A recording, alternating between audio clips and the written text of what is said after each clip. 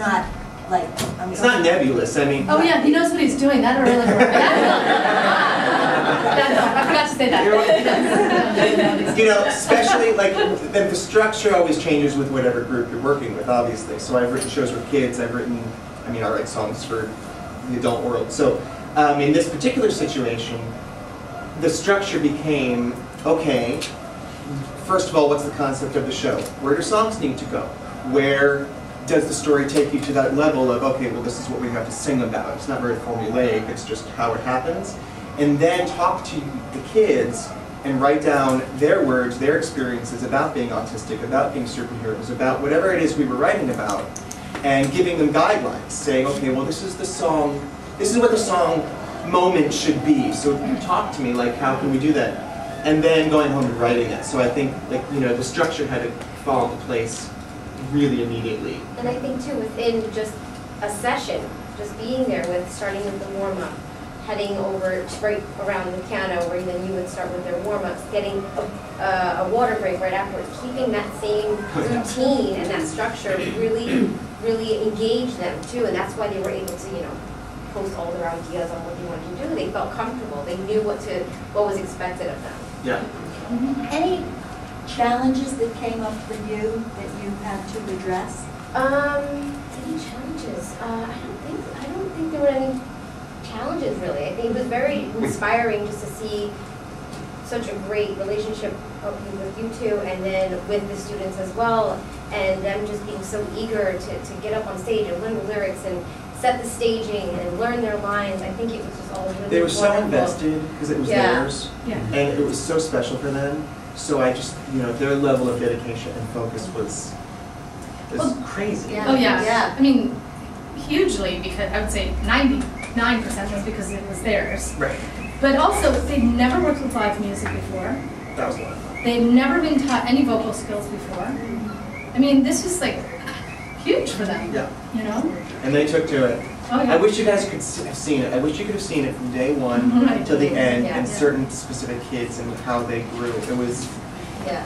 I don't know if I missed the amount of time that you spent with them. Yeah, that's what was the 2 days. No, I'm just kidding. The program began in January, and the final performance was at the end of May. And Scott was there twice a week, so it was a very full. But I should say, this is important to know. When I was there for the 2 days a week, we really focused on music. It wasn't like I spent a lot of time with you working on script with them. You did that while I wasn't there. So that was really great too, because while I was there, it was about learning the songs, writing the songs, and then at the end we kind of intertwined everything. So there was a clear variety Oh, of absolutely. roles. Okay. Yeah. These kids were, actually, this is like something of their second, third performance, right? Yeah, that's another big difference, is that this is the end of a 3-year sequence of theater instruction for them.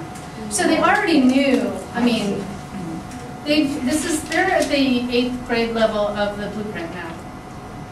You know, for special needs, but they are. I mean, they know the roles, they know, they know what everybody does in theater. But that's great that they had that base. They couldn't have done it without where you wanted them to go. And you'll see, for those of you who are here tomorrow, you'll see some of the kids from 2 years ago.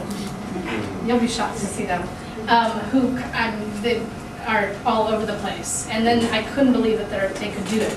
And not everybody was on stage either, so we used Right. multimedia too. We filmed other kids who couldn't really do the stage thing. We have time for, like, really only one question. So, because I want to get to these questions that you guys wrote down earlier about disability. So, you were using them for the kids' IEP. As a teacher, you were saying, for these kids' IEPs, I'm going to use these 2 people to get these kids to a place that I think that they can get, that they can actually get to. So you were functioning not as a teaching artist, you were functioning as a teacher. Me? Yes, you. Well, I'm the arts teacher in the school. So my job is to really help those kids, get to a higher level of independence and social functioning through the arts. I mean, yeah, sure, I'd love to have my own company of special needs kids, like traveling the city and doing shows and stuff like that. But I need to actually satisfy their IEP goals. So you were using the teaching artist to satisfy the IEP goals. Yes. Yes, So that would be exactly. great to have teachers use us to satisfy the IEP goals. Yes, And exactly. have everybody buy into the process. And a lot of They don't know that. kids did that too, because the kids, it was their idea Yeah, to right. write a musical. So Right, the way they were, Right. helping themselves. So the more you know about this, and the more you know how to speak this language with teachers, and how to make them feel safe, and that you are a planful, observant person who knows how to break down their process, the richer the experience Right. becomes for everyone.